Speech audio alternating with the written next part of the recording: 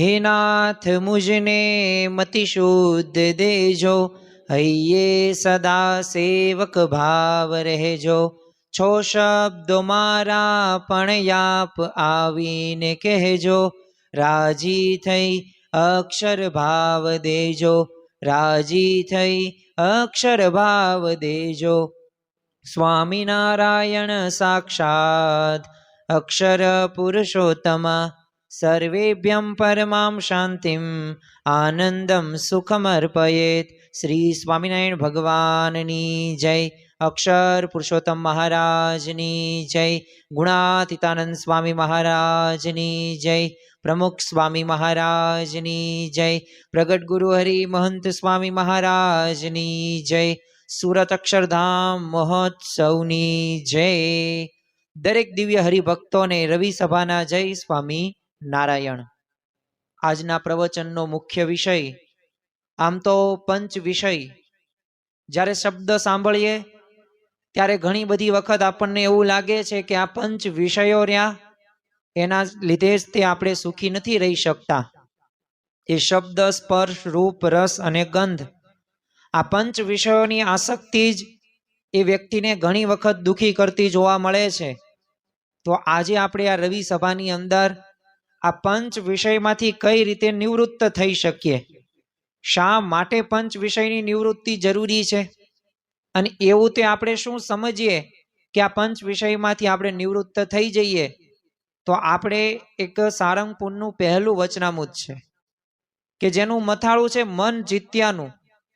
તો આ વચનામૃતની અંદર શ્રીજી મહારાજે આપણા બધાય પ્રશ્નોના જવાબો આપ્યા છે કે આ પંચ વિષયને શા માટે આપણે નિવૃત્ત એમાંથી થવાનું છે, અને આ પંચ વિષયને નિવૃત્ત થવા માટે આપણે કેવા ઉપાયો આપણે અજમાવી શકીએ। તો એ વચનામૃતની અંદર સદગુરુ મુક્તાનંદ સ્વામીએ શ્રીજી મહારાજને એક પ્રશ્ન પૂછેલો। આમ તો આપણે મુક્તાનંદ સ્વામીનો આભાર માનવો જોઈએ કે આપણા વતી તેઓએ વચનામૃતની અંદર સૌથી વધુ પ્રશ્નો પૂછેલા છે। તો આ મન જીત્યાના વચનામૃતની અંદર મુક્તાનંદ સ્વામીએ પ્રશ્ન પૂછ્યો કે આ વિષયની નિવૃત્તિ થયાનું કારણ એ વૈરાગ્ય છે પછી પરમેશ્વરને વિશે પ્રીતિ છે। તો જો મુક્તાનંદ સ્વામી પોતે જાણતા તો હતા, પણ અંતરદ્રષ્ટિવાળા સંત હતા। ખપ અને મુમુક્ષુતા એમના જીવનની અંદર જોવા મળતી, એટલે એમને આ પ્રશ્ન પૂછ્યો અને ત્યારે શ્રીજી મહારાજે જવાબ આપ્યો કે જો એક તો છે ને વિષયની નિવૃત્તિનું કારણ આત્મનિષ્ઠા છે, અને જે બીજું છે ને એ મહાત્મા સહિત ભગવાનનું જ્ઞાન। જો અહીંયા શ્રીજી મહારાજે લાંબુ આપણને કાંઈ કીધું નથી, લખાણ કે પુસ્તકોના પુસ્તકો ભરાઈ જાય એ બે શબ્દ ઉપર। જો આમ તો એટલે જ તે સ્વામિનારાયણ ભગવાનની પરાવાણી સમાન વચનામૃત રહીને આ વચનામૃતની અંદર જીવનના દરેક પ્રશ્નનું સમાધાન છે। ભલે આપણને એવું ઘણી વખત લાગતું હોય કે વાસ્તવિક રીતે આપણા પ્રશ્નોના જવાબો એ મોટા મોટા એ વક્તા હોય કે પ્રવચનો હોય કે એનાથી મળે, પણ નહીં। શ્રીજી મહારાજના અલ્પ વચનો રહ્યા ને, એ વચનોને જો યથાર્થ રીતે સમજીએ શબ્દોને, તો આપણા બધાય પ્રશ્નોના જવાબો એ મળી જતા હોય છે। તો ખરેખર શ્રીજી મહારાજે અહીંયા જે ઉપાયો આપ્યા ને, આત્મનિષ્ઠા અને મહાત્મા સહિત એ ભગવાનનું જ્ઞાન, તો આને આપણે મધ્યવર્તી વિચાર સાથે આજે રવિ સભા આપણે સાંભળવાના છીએ। બ્રહ્મ સ્વરૂપ યોગીજી મહારાજ કહેતા કે 25,000નો નફો જતો કરીને પણ રવિ સભા ભરવી, એ સમયની અંદર 25,000। બ્રહ્મ સ્વરૂપ પ્રમુખ સ્વામી મહારાજ પણ કહેતા કે રવિ સભા ભરવાથી જીવ બ્રહ્મરૂપ થઈ જવાશે। તો જો આવા તો ઘણા બધા એ વચનો, આશીર્વાદ આપણને ગુણાતીત ગુરુ પરંપરાએ આપેલા છે। અને રવિ સભાની સ્થાપના બ્રહ્મ સ્વરૂપ યોગીજી મહારાજે કરી અને શરૂઆત કરી, તો એમના મૂળની અંદર આ જ હતું। કારણ કે જીવને સતત એ ભગવાનનું અનુસંધાન રહે અને જીવ પોતે આધ્યાત્મિક માર્ગે આગળ વધે અને આજુબાજુ ભટકે નહીં, એના માટે આ રવિ સભા જરૂરી છે। તો ખરેખર એક સુખ પ્રાપ્ત કરવાનો ખજાનો શ્રીજી મહારાજે એ મુક્તાનંદ સ્વામીને આપ્યો ને આપણને સૌ કોઈને આપ્યો છે। અને અખંડ સુખી તો બધાયને થવું છે। અને સાચું સરનામું એ સાચું જો સ્થાન આપણને મળી જાય તો આપણે સુખી થઈએ, પણ જો સાચા સ્થાન ન મળે અને સાચા રસ્તા ઉપર ચાલીએ નહીં તો અખંડ સુખ ક્યારેય ન આવે.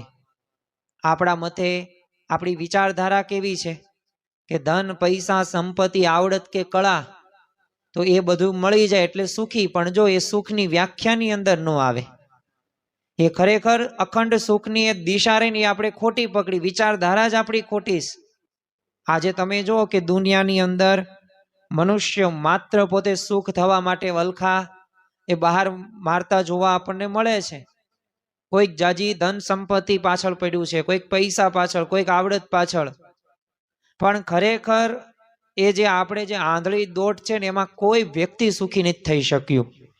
અને સુખની ઝંખના સાચી છે, પણ એ સુખ મેળવવાની જે દિશા રહે ને એ ખોટી છે. તમારે તમારા ઘરથી દિલ્હી કે અમદાવાદ જવું હોય તો પછી તમે સાચા રસ્તા ઉપર જાઓ તો વહેલા મોડા પહોંચી જાઓ, પણ હવે ઊંધો જ રસ્તો તમે પકડ્યો છે તો પછી ક્યારેય તે ત્યાં તમે પહોંચી શકવાના નથી.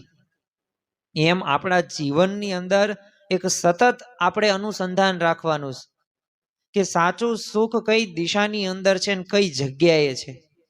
પણ જો આપણા અંતર આપણે તપાસીએ તો અંતર જ્યારે તપાસ કરવામાં આવે ને ત્યારે અવશ્ય શ્રીજી મહારાજે એમની પરાવાણી સમાન વચનામૃતની અંદર સુખનું સાચું સ્થાન પણ આપ્યું છે, સાચી દિશા પણ આપી છે અને યથાર્થ મહિમા પણ કહ્યો છે.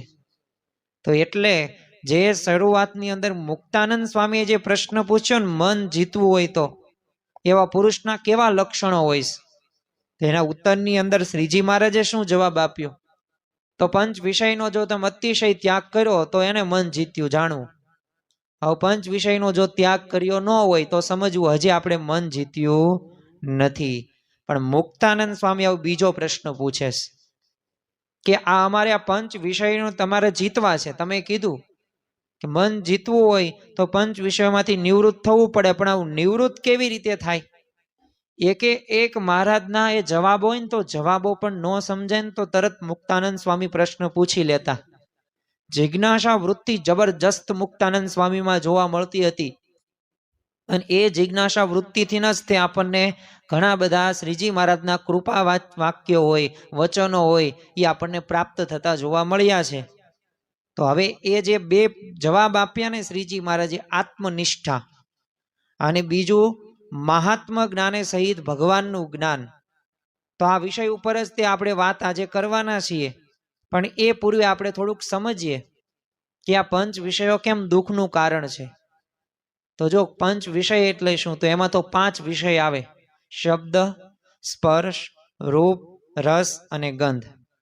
શબ્દ એટલે જે આપણે બોલીએ છીએ, સ્પર્શ એટલે જે આપણે ત્વચા દ્વારા સ્પર્શ કરીએ છીએ, રૂપ એટલે આપણું જે રૂપ, જે સૌંદર્ય, રસ એટલે ખાવું પીવું, ગંધ એટલે સૂંઘવું. તમે જુઓ કે અમદાવાદના 3જા વચનામૃતની અંદર શ્રીજી મહારાજે વાત કરી છે કે જીવ પ્રાણી માત્ર વિષય વિના પળભર પણ રહી શકતો નથી, અને વિષયમાં આસક્તિ રહીને એ જ જન્મ મરણનો હેતુ છે. તો જો આપણે અનંત જન્મોથી ભટકીએ છીએ ને તેનું મૂળ રહ્યું ને એ પંચ વિષય જ છે. ભરતને રાજાને મૃગલામાં આસક્તિ થઈ ગઈ તો આપણને ખ્યાલ છે બીજો જન્મ એમનો મૃગલાનો મળે છે, અને વિષયમાં આસક્તિ રહીને એ જ જીવનું એક દુઃખનું કારણ છે, બંધનનું કારણ છે, જેનાથી એ પોતે મુક્ત થઈ શકતો નથી. ઘણા બધા એવા દ્રષ્ટાંતો આપણને જોવા મળે છે. સ્વામિનારાયણ સંપ્રદાયની અંદર આપણે ઘણી વખત એક દ્રષ્ટાંત સાંભળતા હશું, ફરી વખત આપણે એ દ્રષ્ટાંતે યાદ કરીએ, કારણ કે આ દ્રષ્ટાંત રહ્યું ને એને જેટલી વખત તમે સાંભળો, જેટલી વખત તમે યાદ રાખો એ તમને તાજું જ લાગે. કેમ? કારણ કે દ્રષ્ટાંત રહ્યું ને ઘરે ઘરે દરરોજ બને છે, અને એના લીધે ઘણા પ્રશ્નો થાય છે. કયું દ્રષ્ટાંતની વાત હું કરું છું? તો લવિયા દરજીનું. એક ગામની અંદર લવિયો નામનો દરજી હતો. પોતે દરજી કામ કરે અને ગુજરાન ચલાવે. એની ધર્મપત્ની હતી, બે પોતે રહે ઘરની અંદર. હવે આ લવિયા દરજીને છે ને રીંગણા બહુ ભાવે. હવે ગામના પટેલ હતા, તેના વાડીમાં રીંગણા પાકેલા સરસ મજાના, કૂણે કૂણા, લીલા લીલા, અને લવિયાને થોડાક આપ્યા. તે લવિયો તો સીધો ઘેર ગયો અને પત્નીને આદેશ આપી દીધો કે જો બપોરે છે ને આખા રીંગણાનું શાક બનાવજે. અને એમ કહીને પોતે પાછો ગયો ઘર, પોતે જે કામ ધંધે. તે પત્નીએ તો છે ને દાળ બનાવી. હવે સ્વાભાવિક રીતના પહેલેથી દાળ સવારથી પલાળી હતી, પણ એને સમય ન રહ્યો કહેવાનો અને ભૂલી ગઈ. પણ બપોરે તો એને દાળ બનાવી. એટલે સ્વાભાવિકના લવ્યો દરજી તો એટલો બધો સ્વાદમાં આસક્ત હતો, એટલે પોતે કપડાં સીવતો જાય અને મનમાં વિચાર કરતો જાય કે હું બપોરે જાશ, પછી હું હાથ પગ ધોશ અને આસન પાથરેલું હશે, હું ત્યાં બેઠો હશું, સામે થાળીની અંદર આખા ભરેલા રીંગણા હશે અને રીંગણાનો એક એવો વઘાર મારી પત્નીએ લીધો હશે, ચણાનો લોટ, મીઠું, મરચું, દાણા જીરું, અને હવે જ એવો સરસ મજાનો બને અને એવો વઘાર કર્યો હશે કે આમ આંગળા ચાટી જાય. અને બાજરાના રોટલા ને માખણ ને છાશ હશે, મને બહુ મજા આવશે ખાવાની. આવો પોતે વિચાર કરતો જાય. તો આજે તો એ પોતે વહેલા ગયો ઘરે, અને ઘરે ગયો, હાથ પગ ધોયા, આસન ઉપર પોતે બિરાજમાન થયો, ને ત્યાં જ તે થાળીમાં દાળ આવી. અને જ્યાં દાળ આવી અને તરત તે એને એની પત્નીને કહી દીધું કે આ શું, મેં તને આખા રીંગણાનું શાક બનાવવાનું નહોતું કીધું? તેની ધર્મપત્ની હા, પણ છે ને આપણે જો સાધારણ પરિસ્થિતિ છે એટલે દાળ મેં પલાળ નાખેલી હતી, એટલે આ શાક આપણે રાતે બનાવશું. અરે એટલો સ્વાદમાં આસક્ત હતો, એને એવો વાક્ય કીધું, આના કરતા તું સાંગા પટેલમાં કુવામાં મરી ગયો હોત તો સારું હતું. અને જો આવું કીધું અને ઓલી પત્નીને લાગી આવ્યું અને પોતે બેડું લઈને જાય છે પાણી ભરવા. ત્યાં આજુબાજુ બધા મહિલાઓ હતા, એને કીધું કે એલા તારી ઘર સામે જ કૂવો છે, ત્યાં કેમ તું પાણી ભરવા જા સાંગા પટેલના કુવામાં? ત્યારે એની આ લવ્યા દરજીની ધર્મપત્ની આ બધાને શું કહી દીધું, મારા પતિને છે ને આ સાંગા પટેલના કુવાનું જ તે પાણી ભાવે છે, એટલે હું ત્યાં ભરવા જાઉં છું. અને જો ત્યાં પોતે ગઈ, પણ પાણી ભરવા નહીં, બેડું સાઈડમાં રાખ્યું, પોતે ધુબાકો માર્યો ને મરી ગઈ. અને જો પોતે લવ્યા દરજી એક એવો અવિવેક વાણીનો અવિવેક રાખ્યો, સામે સહન પણ ન કર્યું, પણ એ જે ઘટના બની હોય. પણ તમે જો કે 12 વર્ષ મુંબઈ એ આ જેલમાં લવ્યા દરજીને રહેવું પડ્યું, અને પછી ફરી પરણ્યો અને રોટલા ખાવા પામ્યો, ને 12 વર્ષનું દુઃખ એને આવ્યું. એનું મૂળ શું હતું? મૂળ એક રીંગણાના શાકમાં આસક્તિ. એટલે જો માણસ આજે તમે જોતા હશો કે ગમે ત્યારે ગમે તે વ્યક્તિ પોતે આત્મહત્યા કરે છે. ઘરમાં નાના નાની બાબતોમાં પ્રશ્નો ઊભા થતા જોવા મળે છે. તો એના મૂળની અંદર શું છે? મૂળની અંદર આવી જ નાની નાની બાબતો છે. એ તમે જોશો ને તો પંચ વિષયો બાબતોની એ જે આસક્તિ રહીને એ જ મૂળની અંદર આવશે. રાવણને તમે જુઓ કે સીતા માતામાં કેટલી આસક્તિ એને જાગી ગઈ હતી, એનું હરણ કર્યું અને જો એનું મોત આવ્યું. બાકી જ્ઞાની હતો, વિદ્વાન હતો, અને એટલું જ નહીં, સારા કુળનો પણ હતો, સોનાની લંકા એની પાસે હતી, પણ છતાં પણ તમે જોવો કે પોતાનું મૃત્યુ થયું. કારણ શું હતું? કારણ એક જ તે કે આસક્તિ પંચ વિષય પ્રત્યે. તમે જો દુર્યોધનને પણ અહંકાર હતો, પણ આસક્તિ હતી ને પંચ વિષયની અંદર, એટલે જો એને શું થયું? પતન થાય છે, ને એના ભાઈઓ પણ મૃત્યુ પામે છે. તો જો આમ ઘણી બધી વખત આપણે ઘરની અંદર કે સમાજ કે કુટુંબની અંદર કે આધ્યાત્મિક માર્ગની અંદર આ પંચ વિષય બાબતનું આપણને દુઃખ થાય છે. રૂપની આસક્તિથી પણ જો દુઃખ આવે છે. પતંગિયું દીવાનો પ્રકાશ જોઈને આકર્ષાય, આવું પતંગિયું દીવા પાસે ભેટવા જાય, કેમ? પ્રકાશ ભળ્યો, પણ જો બળીને ભસ્મ થઈ જાય, મરી જાય. અરે ભમરો હોય પોતે ગંધમાં કેટલો આસક્ત થઈ જાય, તો કમળના ફૂલ ઉપર બેસે તો સુગંધના મોહમાં કમળ છોડે નહીં. હવે એને ખબર છે કે આ કમળ રહ્યું એ બીડાઈ જશે હમણે રાત્રે, પણ તોય તે તમે જુઓ કે પોતે ભમરો એ ત્યાંથી એ લાકડું કોતરી નાખે, પણ એક આસક્તિના લીધે કોમળ પાંદડી કોરી નથી શકતો. અને છેવટે તમે જો સવાર શું થાય, હાથી આવીને કમળને તોડીને પગ નીચે કચડી નાખે છે, અને ભમરો મૃત્યુ પામે છે આસક્તિ ગંધમાં. તો એમ જો આ પંચ વિષયો પ્રત્યે જે આસક્તિ રહીને એ દુઃખનું કારણ છે, બંધનનું કારણ છે, અને એના લીધે જ તે આપણે ઘણી વખત દુઃખી થઈએ છીએ. અને વિષય તો તમે ગમે એટલા ન ભોગવો, પણ એમાંય ક્યારેય તે તૃપ્તિ થવાની જ નથી, કારણ કે ભગવાને એવી કળ ચડાવી છે ક્યારેય ઉતરે જ નહીં. કારણ કે શ્રીજી મહારાજે અવારનવાર એમને આપણને ઉપદેશો આપેલા છે કે ખરેખર આ પંચ વિષયો તમે ગમે એટલા ભોગવશો ને તો એમાં તૃપ્ત નથી જ થવાના. ગરડા મધ્યનું 47મું વચનામૃત કે જેની અંદર શ્રીજી મહારાજ તો દ્રષ્ટાંત આપીને આપણને સમજાવે છે કે પાતાળ સુધી પૃથ્વી ફાટી હોય તે ક્યારેય પાણી નાખવા ભરાય નહીં. અને પછી મહારાજે સિદ્ધાંત આપ્યો કે એમાં જીવને પણ છે ને વિષયમાંથી ક્યારેય તૃપ્તિ થતી નથી. અને ગમે એટલા વિષયો આપણે ભોગવીએ તો ક્ષણિક સુખ મળે આપણને, પણ અનંત અને શાશ્વત સુખ એ આપણને વિષયોમાં પ્રાપ્ત થતું નથી. તમે જુઓ કે આપણી જીભ હોય 100 મણ ઘી ખાઈ ગઈ હશે પણ ક્યારેય ચીકણી થઈ નથી. કેમ નથી થઈ? કારણ કે એ વિષય રહ્યા ને એ વિષયમાં સુખ નથી, એ સ્પષ્ટ આપણને દેખાય છે. હવે આપણી આખી જિંદગી આપણે તમે જો આંખો દ્વારા આપણે કેટલું બધું રૂપ કે કુરૂપ જોયું હોય, પણ છતાંય તે એ જોવાની આપણને આસક્તિ મટી ગઈ નથી? મટતી. સતત આસક્ત આપણે રહીએ જ છીએ. ન જોવાનું, ન બોલવાનું, ન ખાવાનું, હરવા ફરવાનું બધુંય આપણે કર્યું, પણ ક્યારેય તે આપણને એમાંથી સંતોષ થયો નથી.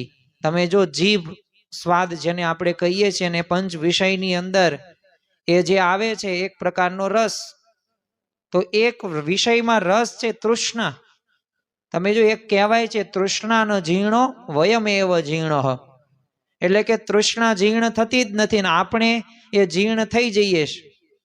તો ખરેખર આ ભર્તુહરિ એમનામ નથી કહ્યું, એ પોતે પોતાના નીતિ શતકની અંદર પોતે જણાવે છે. અને ગમે એટલું તમે ખાઓ, તમે જુઓ કે ઘણી આપણને ક્ષણિક સુખ આવશે પણ પછી તો એ ખાવાનું આપણને યાદ આવશે જ તે, બીજી વખત જોશે જ તે નહીં. પીઝા, બર્ગર કે દાબેલી કે ફાસ્ટ ફૂડ આપણે બધાય જોઈ લઈએ કે આપણને સ્વાભાવિક રીતના ભાવતા હોય, પણ કેટલી વખત આપણે ખાધ્યું પણ ક્યારેય સંતોષ થયો? બસ હવે મેં બહુ તે ઢોસા ખાઈ લીધા, હવે ઢોસા ખાવા જ નથી. યયાતિ નામના રાજાને સ્ત્રીની વાસના હતી, આખી જિંદગી સ્ત્રીઓ સાથે રહ્યા, ગઢપણ આવ્યું ને તોય તે એને ભોગ ટળતો નહોતો. એટલે પોતાના પુત્ર હતા પુરુ, એની પાસે તો યુવાની છીની લીધી અને ફરી ભોગ માટે પ્રવૃત્ત થઈ ગયા. અગ્નિમાં તમે આમ ઘી નાખતા અગ્નિ જો બુજાતો નથી, વધુ પ્રજ્વલિત થાય છે. તો એમ જેમ જેમ આ વિષયો આપણે ભોગવતા હશું ને એમ એમ તૃષ્ણા રહીને ઈચ્છા રહીને વધુ પ્રબળ થાય છે.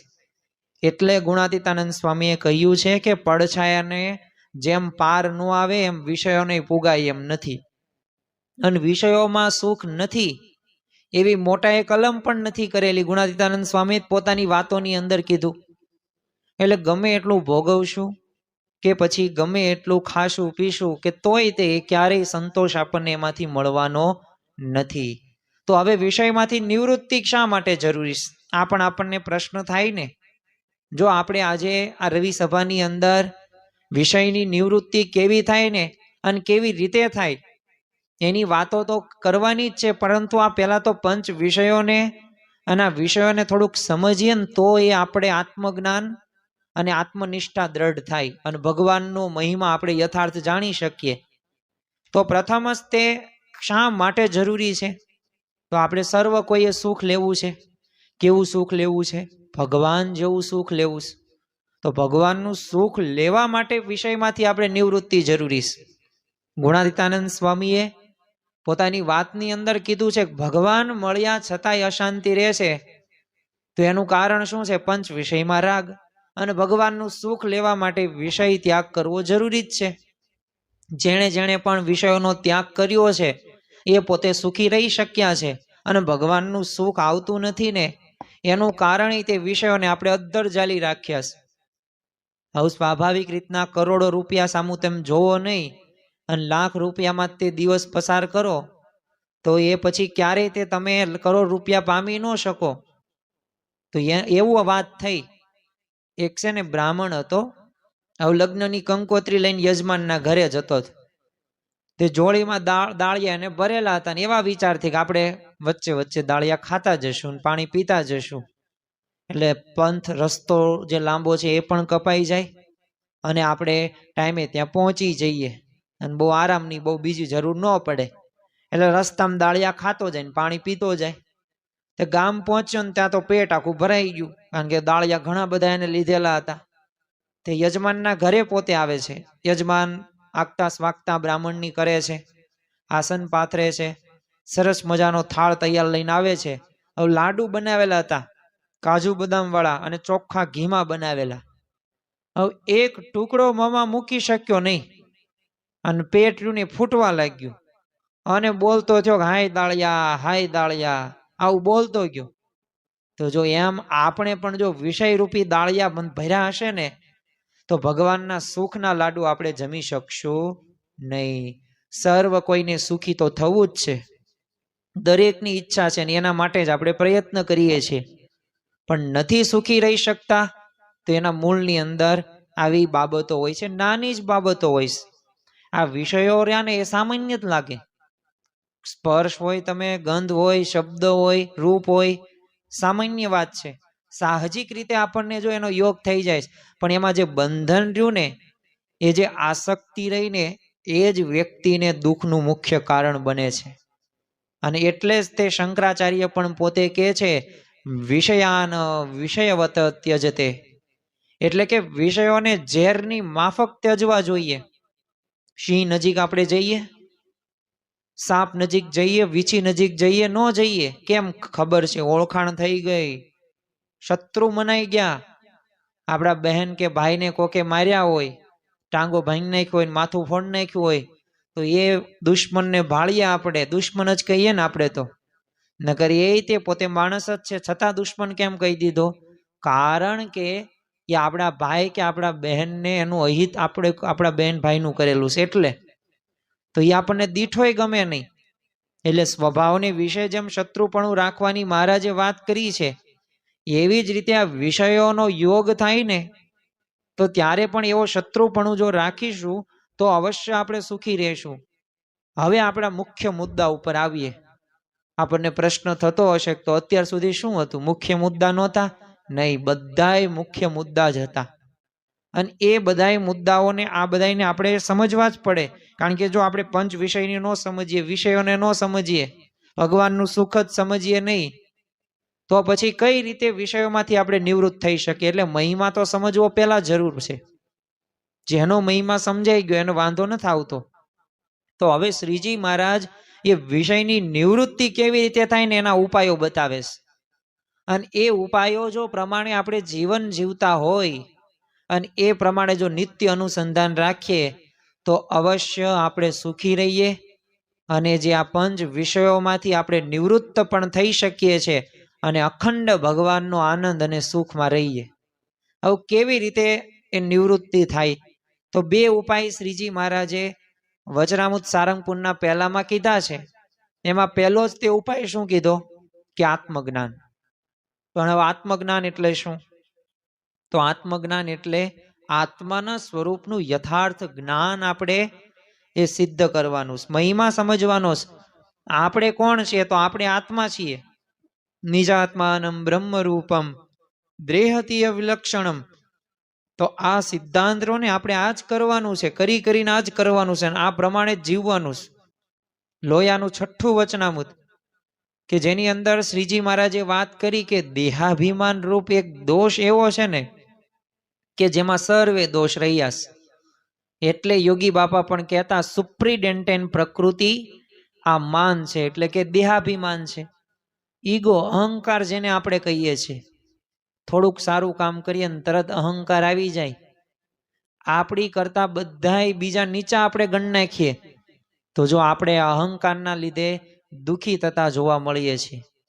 એટલે અહંકાર રહ્યો ને એને આપણે નિર્મૂળ કરવાનો છે ને દાસ ભાવ, આપણે દિવ્ય ભાવ, એ નિર્દોષ બુદ્ધિ આપણે સિદ્ધ કરવાની છે. અને આત્મનિષ્ઠા રૂપ ગુણ એવો છે ને કે એમાં બધાય ગુણો આવી જાય. એક વખત આપણે આત્મનિષ્ઠા પ્રમાણે વર્તી શકીએ તો અવશ્ય આપણે સુખી રહી શકીએ. જો વિષયમાં મન તણાય છે ને એનું મૂળ કારણ શું છે? દેહાભિમાન.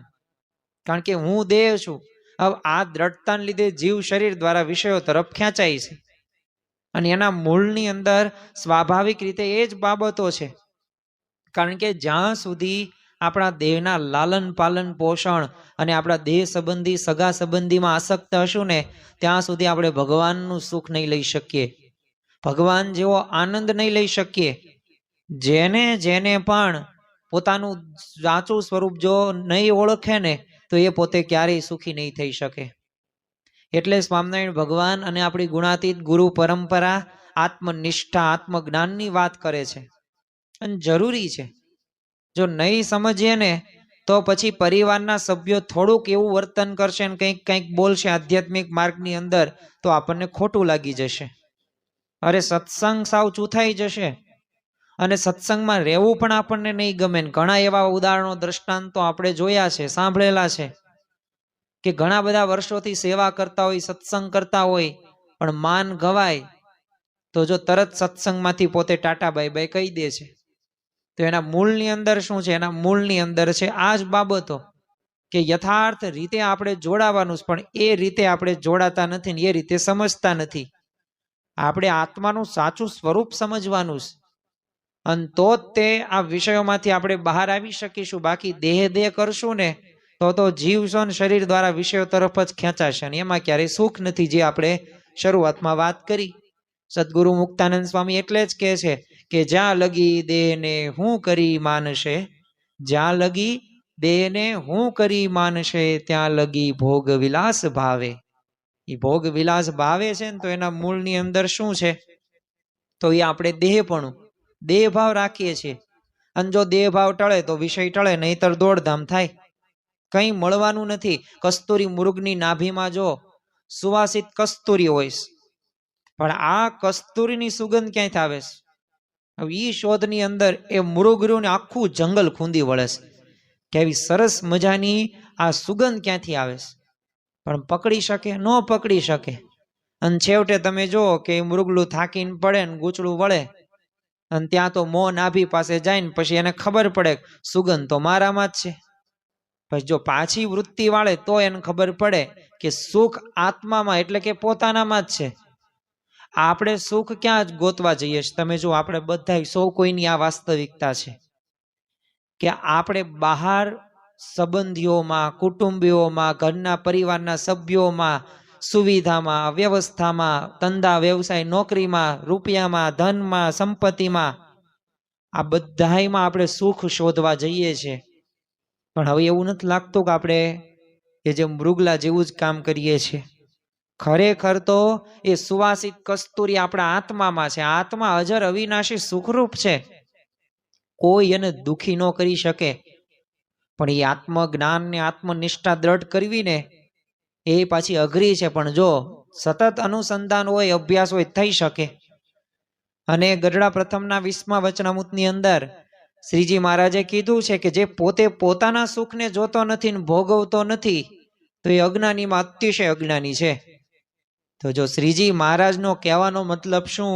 પોતાનું સાચું સ્વરૂપ તમે, યથાર્થ જ્ઞાન તમે પ્રાપ્ત કરો. તમે કોણ છો, ક્યાંથી આવ્યા અને શું કરવા આવ્યા છો, ને તમારો લક્ષ્ય શું છે? હવે આપણા તો શું બે જ લક્ષ્ય છે કે આપણે તો અક્ષરધામમાં જવું છે, એવો એક સંકલ્પ રાખવો, આપણો એક લક્ષ્ય ભગવાનનું ભજન કરવું. તો જો આ લક્ષ્ય સાથે આપણે જીવન જીવવામાં આવે તો અવશ્ય એ આપણને અક્ષરધામને એવી સ્થિતિ પણ આપણને પ્રાપ્ત થઈ શકે છે. અને તમે જો જીવ સાથે વળગેલા અનાદિ અજ્ઞાન ટાળવા તે શ્રીજી મહારાજ આ પૃથ્વી ઉપર પધાર્યા. આપણા બહુ મોટા ભાગ્ય કહેવાય કે આપણને આવા ભગવાનની પ્રાપ્તિ થઈ. અને એટલે જ આપણે બોલીએ છીએ ને, ધન્યોસ્મિ પૂર્ણ કામોસ્મિ નિષ્પાપો નિર્ભય સુખી અક્ષર ગુરુ યોગેન સ્વામિનારાયણ શ્રયાત. અને એટલું જ નહીં, તમે જુઓ કે સત્સંગ દીક્ષા ગ્રંથની અંદર મોહન સ્વામી મહારાજે પણ એ કેવી મંગલાચરણથી શરૂ કરે, પ્રાર્થના કયો, મંગલાચરણ કયો. પ્રથમ શ્લોક સ્વામિનારાયણ સાક્ષાત સર. સ્વામિનારાયણ આમ સાક્ષાત અને બધાને શાંતિ સુખ આપે, આ એમની ભદ્ર ભાવના છે. અને આપણે એટલે જ શરૂઆતમાં આ શ્લોક પણ ઉચ્ચાર્યો હતો. અને આ શ્લોક શું કહેવા માંગે છે? બધાને સુખ શાંતિ, આખા વિશ્વને. એટલે આ ભદ્ર ભાવના આપણને સ્પષ્ટ ખ્યાલ આવે છે. અને એટલે જ જો શ્રીજી મહારાજે પણ પોતાનો જે અવતાર થયો એનું પ્રયોજનની વાત કરતા કીધું છે કે મેરા જો અવતાર હુઆ હૈ સો જીવો કે અનાદિ અજ્ઞાન કે નાશ કે વાસ્તે હુઆ હૈ. અને એટલે જ તે ગઢડાની અંદર તે એક જે છોકરો નાનકડો અમથો હતો તેને 100 વખત બોલાવ્યું, બોલ હું આત્મા છું, આત્મા છું. જો આત્મનિષ્ઠા દ્રઢ કરીએ અને આત્મજ્ઞાન આપણા જીવનમાં આવે તો મહારાજ કેટલો બધો પોતે આશ્રય રાખતા હતા. અને એટલે એમને ઘણી વખત આવા ચરિત્રો પ્રસંગો ઊભા કરેલા છે. અને એટલું જ નહીં, પરમહંસો શ્રીજી મહારાજ પાસે એક વખત આવે છે, ગઢપુરની અંદર મહારાજ બિરાજમાન હતા.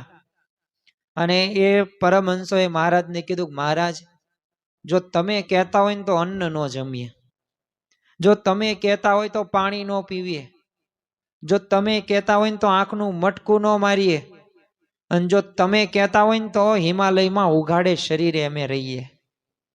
પણ જો તમે રાજી થવા પડો, તમે જેમ કહો ને એમ કરવા માટે તૈયાર છીએ.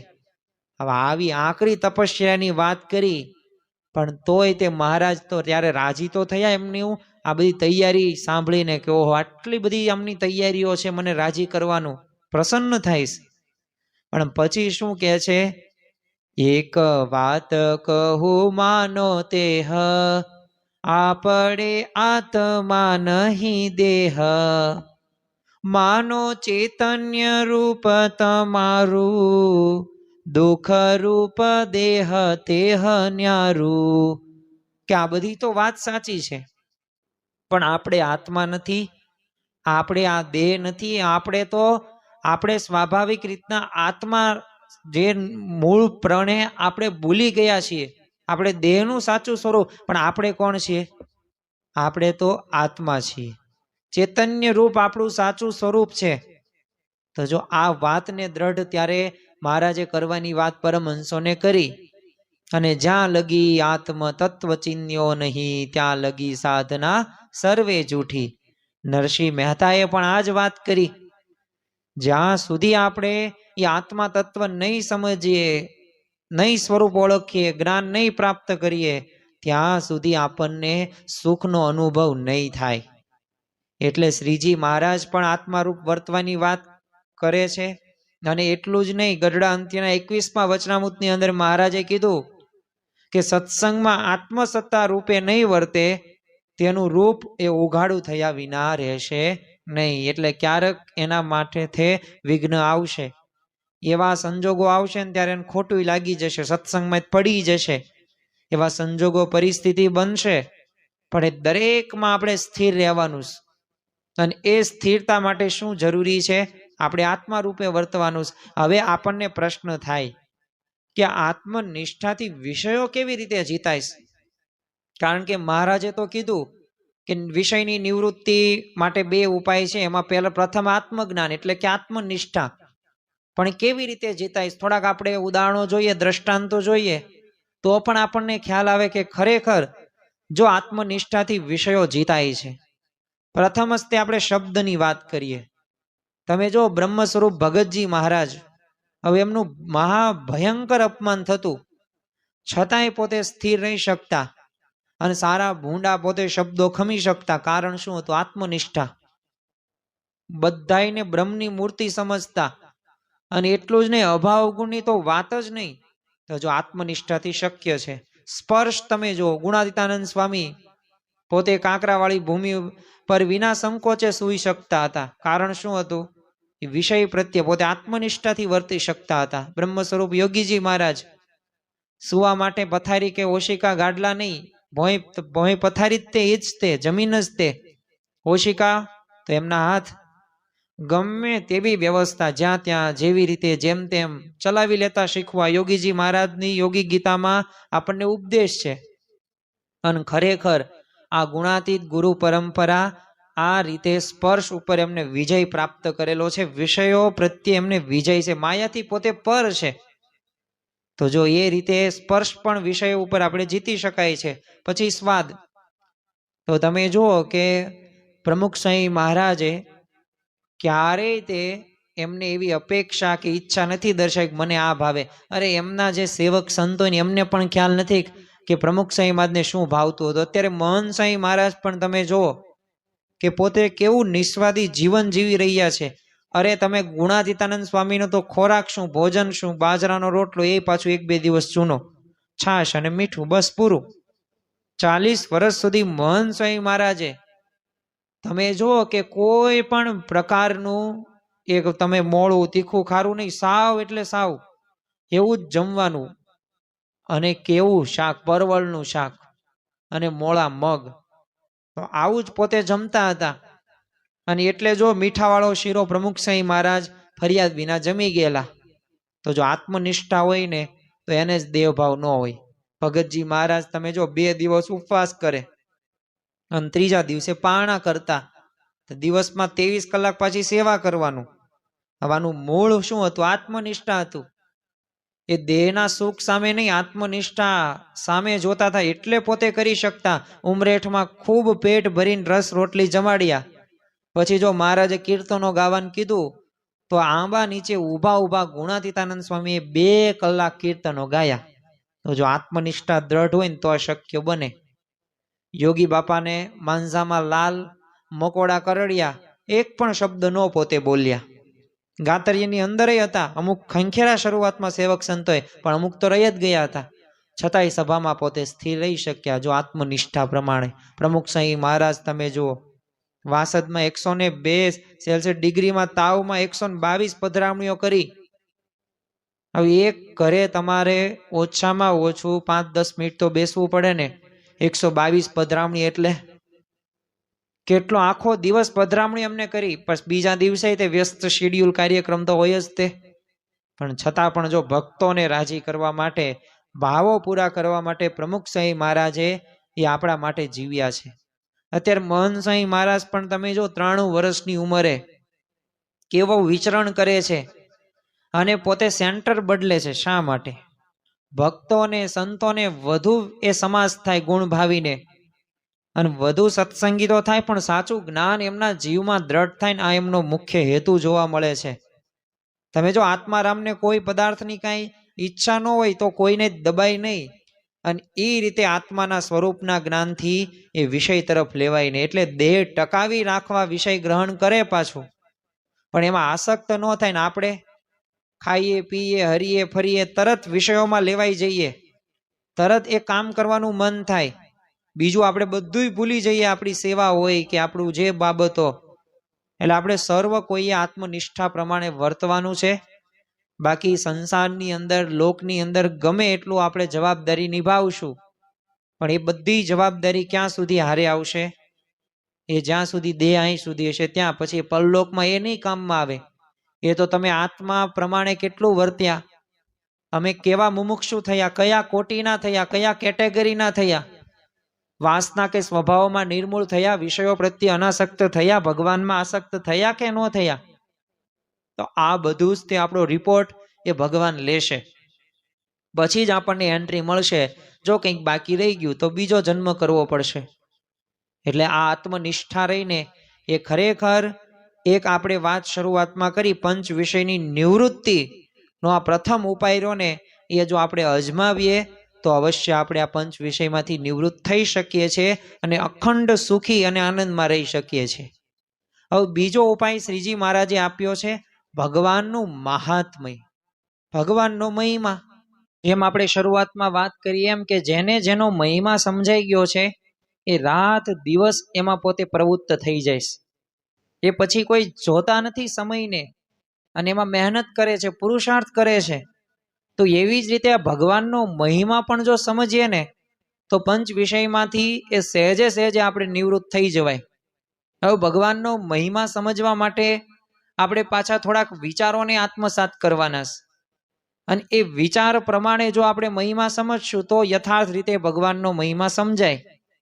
તો પ્રથમ તો આ ભગવાનના એ સત્તા, સામર્થ્ય અને સુખનું અધિકપણું. કારણ કે તમે જો ભગવાન એ ગોલોક, વૈકુંઠ કે અનંત કોટી બ્રહ્માંડના પોતે પતિ છે, અને એટલું જ નહીં સ્વામી છે, સર્વશક્તિમાન છે, દયાળુ છે, સુખ પ્રદાતા છે. અને આ બધાય તે દેવતાઓનું સુખ કરતા પણ ભગવાનનું સુખ કેવું છે? અનંત ગણું છે. જ્યારે આપણે પંચાનું પેલું વચનામૃત વાંચીએ તો તો એની અંદર પણ એ સુખનું વર્ણન કરવામાં આવ્યું છે. અરે ગરીબો માટે ધર્મશાળા કરે, પાણીનો પરબો બનાવે, અરે રસ્તે બે કે કોર ઝાડ રોપાવે, તો એવા કોઈ શેઠિયા હોય તો એનું ઘરે કેવું સુખ હશે. એમ ભગવાને દેવ દેવ કે આટલો બધો વૈભવ આપ્યો, હવે વિચાર કરો પોતાના ધામમાં કેવું સુખ હશે. સદગુરુ નિષ્કાન સ્વામી એ અક્ષરધામનું વર્ણન કર્યું છે. અને ખરેખર જે દેવ ધામને આપણે પામવાનું છે એ અક્ષરધામની અંદર સુખ સુખ અને સુખ જ છે. અરે ગુણાતીતાનંદ સ્વામી કહે છે કે અક્ષરધામમાંથી છે ને મચ્છરિયું મૂતર્યું અને એમાં 14 લોક સુખી છે. વિચાર કરો કે અક્ષરધામમાંથી એક મચ્છરિયું મૂતે, હવે એની છાંટ કેવી હોય, કેટલો આમ છાંટો, તો એમાં આપણે જો બધા વિષયોમાં સુખ માની લીધું. એક દેશના વડાપ્રધાનની કેટલી સામર્થ્ય સમજાય છે. તો વિચાર કરો, ભગવાન તો અનંત કોટી બ્રહ્માંડના માલિક છે, ઓલા તો એક દેશના પોતે વડા છે. તો જો એનો મહિમા કેટલો સમજાઈ ગયો છે, તો એવો મહિમા આપણે ભગવાનનો સમજાઈ જાય તો, અને એનાથી તો પર કેટલા છે, અને ભગવાનનું સુખ કેવું છે. તો અનંત કોટી બ્રહ્માંડના એ સારામાં સારા પંચ વિષયો ભેગા કરો ને એક પલ્લામાં મૂકો, અને બીજા પલ્લામાં ભગવાનના એક રોમના કરોડમાં ભાગનું સુખ મૂકો, તો રોમ વાળું પલ્લું છે ને નમી જાય. તો જો આટલું સુખ ભગવાનનું છે, પણ છતાં પણ આ જીવ કેટલો પોતે અવળાઈ કરે છે, અજ્ઞાનને વશ થઈને એ બીજું બધુંય મેળવવા માટે પ્રયત્ન કરે છે, પણ ભગવાન અને સંતનો એ રાજીપો મેળવવા માટે પ્રયત્ન કરતા નથી. તો જો મૂળની અંદર કંઈક સમજવાનું બાકી રહી ગયું છે, અને એ આપણે ખરેખર સમજવાનું છે. જો નહીં સમજીએ ને તો કંઈ યથાર્થ લાભ નહીં થાય. અનંત કોટી બ્રહ્માંડના બધા ઉત્તમ વિષય હોય, સુખ હોય, એક બાજુ મૂકો, અને બીજી બાજુ તમે ભગવાનનું એક પલકારાનું નિમિષ માત્રનું એ તમે જેટલા દર્શનનું સુખ મૂકો ને તો એ દર્શનનું સુખ રૂની ચડી જાય. અને એટલે જ તે તમે જો કે દલપતરામ કવિએ 8 વર્ષની ઉંમરે મહારાજના એક થોડુંક ક્ષણાર્ધ માટે દર્શન થયા, તો 78 વર્ષની ઉંમર થઈ પણ એ પોતે દર્શન ભૂલ્યા એ નહીં. ત્યારે આપણે મહાભારત પણ વાંચીએ, શાસ્ત્રો સાંભળીએ, ત્યારે આપણને ખ્યાલ આવે કે મહાભારતમાં એટલે જ તો દેવતા હતા, તો એ સુખને ભગવાનના સુખ આગળ નરક તુલ્ય કહ્યા છે. કારણ કે ભગવાનનું સુખ કેવું છે, અનંત છે, અવિનાશી છે, શાશ્વત છે. જ્યારે આપણે વિષયનું સુખ લઈએ એ કેવું છે, અલ્પ છે, થોડાક સમય માટે. જ્યાં સુધી તમે પીઝો ખાઓ ત્યાં સુધી ગમશે, પછી ગમે. જ્યાં સુધી તમે ફરવા જાઓ ત્યાં સુધી ગમે, ઘરે આવો પછી ગમે છે. હોટલમાં જાઓ ગમશે, હોટલમાં આવીને પછી ગમશે. 2 દિવસ પછી એમ કહો હોટલમાં તમે ગયા એનું સુખ લ્યો, તો નથી લઈ શકવાના, અલ્પ છે, નાશવંત છે. સારામાં સારું તમે જમ્યા પણ સવાર શું થવાનું જોઈ નથી શકવાના, એવો નાશવંત છે બધું. અને આ દેહની અંદર તો ગમે એટલું તમે લાલન પાલન પોષણ કરશો, બહાર તો તમે નથી જ જોઈ શકવાના. એવું જ દેહમાં જ બહાર આવવાનું. ગમે એટલા સારા વિષયો અંદર નાખો, પણ જો આંખમાંથી શું નીકળે, નાકમાંથી, કાનમાંથી એ મળમૂત્ર તમે જુઓ, તો આ બધી એક છે ને નાશવંતપણાનું દુઃખનું જ કારણ છે. તો ભગવાનના સુખનું અધિકપણું જો લાગે ને, તો આ તુચ્છ દુઃખરૂપ ક્ષણિક રહ્યું ને એ વિષય સુખમાં આસક્ત ન થવાય. અને એટલે જ તે નિષ્કાન સ્વામી પણ પોતે કહે છે કે એવી કોણ વસ્તુ છે આ ભૂમાં, જેમાં લોભે જે લોભ્યા પ્રભુમાં. હનુમાનજીને તમે જો, સીતા માતાએ 9 લખો હાર આપે છે, તો હનુમાનજીની મોતી પોતે તોડી તોડીને તપાસ કરતા હતા. એટલે સીતા માતા પોતે અકળાઈ ગયા કે આ શું કરે છે, આ 9 લખો હાર છે ને મોંઘો છે, અને એની કિંમત નહીં ખબર હોય, એટલે તરત સીતા માતા એમની પાસે જાય છે અને હનુમાનજીને કહે છે કે આ શું કરો છો. ત્યારે હનુમાનજીએ કીધું કે જેમાં મારો રામ નહીં ને એનું મારે કામ નહીં. તો સીતા માતા કે એમ, તો શું તમારામાં રામ હશે? અને તરત તે હનુમાનજીએ છાતી ફાડી અને એમાં રામ ભગવાન, સીતા, લક્ષ્મણ એમના દર્શન થયા. તો જો આ પ્રકારની પ્રભુ ભક્તિ, પતિવ્રતાની ટેક તો હતી, પણ પ્રેમ લક્ષણા ભક્તિ એટલી વિશેષ હતી, પણ એમના મતે વિષયોમાં ક્યારે એમને સુખ માન્યું નહોતું. એવા ભક્ત આપણે પણ બનવાનું. તુકારામ તમે જો સાવ ગરીબ હતા, હવે શિવાજી એમના ઘેર ધન સંપત્તિ મોકલેલી, તો કેવા મહાન ભક્ત હશે. માંગણી નહોત કરી તો ભગવાન આગળ પોતે કરગવા લાગ્યા કે હે પ્રભુ મારો શું વાંક, પછી શિવાજીને માણસોને કીધું કે આને પાછું લઈ જાઓ, આમાં એ સુખ નથી માનતા. હવે આપણને ધનના ઢગલા ને પૈસાના ઢગલા થાય બહુ રાજી થઈ જઈએ, પણ જો સાચો ભક્ત હોય ને એ આવું ક્યારેય માગે નહીં. પ્રેમાનંદ સ્વામી પોતે કહે છે, તુમ બિન સુખ નાહી ત્રિભુવન મેં મોહે બહુ ફિરયું ભૂલાનો. એ તમારા વગર આ ત્રિભુવનમાં ક્યાંય સુખ નથી, અને ખરેખર સુખ નથી જોવા મળતું. એટલે જ જો મુક્તાનંદ સ્વામી શું કહે છે, મોહે તો તુમ એક આધારા રસિક શિરોમણી તુમ બિન મોકુ રસિક શિરોમણી તુમ બિન મોકુ લગત હે જગ સુખ જરત અંગારા મોહે તો તુમ પ્રભુ એક આધારા. તો ખરેખર જો આપણને ખ્યાલ આવે, આ પદો ઉપરથી આપણને ખ્યાલ આવે કે કેવી રીતે પોતે ભગવાનનું સુખ પોતે લઈ શકતા હતા. અને એટલે જ તે તમે જો ગોપીઓ પણ કે જ્યારથી અમે શ્રી કૃષ્ણના ચરણનો સ્પર્શ કર્યો છે ને ત્યારથી આમ જગતના સુખ ખારા ઝેર થવા થઈ ગયા છે. અને કેવી વિરક્તિ, કેવી પ્રેમ લક્ષણા ભક્તિ, પોતાના પતિઓનો ત્યાગ કરી દેશ. અને શ્રી કૃષ્ણ ભગવાનનું તે ભજન પોતે શરૂ રાખે. તો જો આવા મહિમા વગર કદાચ વિષયનો ત્યાગ ઉપરથી થાય, પણ અંદરથી રાગ ન ટળે. અને વિષયા વિનિર્વર્તતે નિરાહારસ્ય દેહિનઃ રસવર્જ્યમ રસોપશ્ય પરદ્રષ્ટવા નિર્વતત. એટલે કે વિષય ન ભોગવનારના વિષયો નિવૃત્ત તો થાય જ છે, પણ એમાં રસ આસક્તિ રાગ રહી જાય છે. પણ જો ભગવાનનો સાક્ષાત્કાર થાય તો ત્યારે એ રાગ ટળી જાય છે, અને એ રાગને ટાળવાનો છે. બીજું એક બાબત આપણે એ પણ જાણવાની છે, જો આપણે આજે સમજીએ છીએ ભગવાનનો મહિમા, કારણ કે આપણે વિષયોમાંથી પંચ વિષયોમાં નિર્વિષય થવું છે, નિવૃત્ત થવું છે. તો એના માટે આ બીજો ઉપાય શ્રીજી મહારાજ કીધો. ભગવાનનું મહાત્મામાં આપણે પેલા સમજ્યા શું કે સત્તા એમની સામર્થ્ય અને સુખ કેવું છે. હવે બીજું આપણને આપણે શું સમજવાનું કે એવા ભગવાન મને પ્રગટ મળ્યા છે. તમે જો પરોક્ષ ભગવાનથી યથાર્થ સુખ ન આવે, પણ જેમ પ્રગટ અન્ન ને પાણી મળે તો ભૂખ તરસ જાય, એમ પ્રગટ ભગવાન મળેથી સુખ થાય છે. અને તો એ ભગવાન આકાશમાં નથી, મને મળેલા શ્રીજી મહારાજ આજે મહન સ્વામી મહારાજમાં છે, એવું સમજવાનું છે. બહુ સમજવું કઠણ છે. બોલી શકીએ, હું બોલી શકું, તમે બોલી શકો, પણ મનાતું નથી. એટલે જ તે જો શ્રીજી મહારાજ આજે મહન સ્વામી મહારાજમાં છે ને એ બધું સમજવાનું છે. અને એ ભગવાનનો એ મહિમા જો યથાર્થ એવી રીતે સમજાય, ગરડા મધ્યના 13માં એ તેજને વિશે જે મૂર્તિ છે એ આ પ્રત્યક્ષ મહારાજ છે એમ જાણજો. મહારાજે સ્પષ્ટ કહી દીધું. અને એટલું જ નહીં, પ્રમુખ સ્વામીમાં જે એક વખત કહેલું ઉપર છે એ દેખાતા નથી ને અહીંયા છે એ મનાતા નથી, પછી ક્યાંથી સુખ આવે? આ જ વાક્ય મહન સ્વામી મહારાજ પણ અવારનવાર કહે છે. ગરડા અંત્યનું બીજું વચનામૃત કે જેવી પરોક્ષ દેવને વિશે પ્રતીતિ છે તેવી પ્રત્યક્ષ ગુરુ હરિ રૂપ હરિને વિશે આવે તો જેટલા અર્થ પ્રાપ્ત થવાના કહ્યા છે બધાય અર્થો પ્રાપ્ત થઈ જાય. પણ એ આપણે મનાતું નથી, સમજાતું નથી, ત્યાં જ મોટો પ્રશ્ન છે. એટલે આ એક વાત આપણે ધ્યાનમાં રાખવાની છે. બીજું આપણે ભગવાનનો મહિમાની અંદર એ સમજવાનું છે કે એવા પ્રગટ ભગવાન મારા આત્મામાં બિરાજમાન છે. આ જ્ઞાનની સ્થિતિ કરવાની. જો નથી જ્ઞાનની સ્થિતિ એટલે આપણે એવી રીતે ઓળખતા નથી.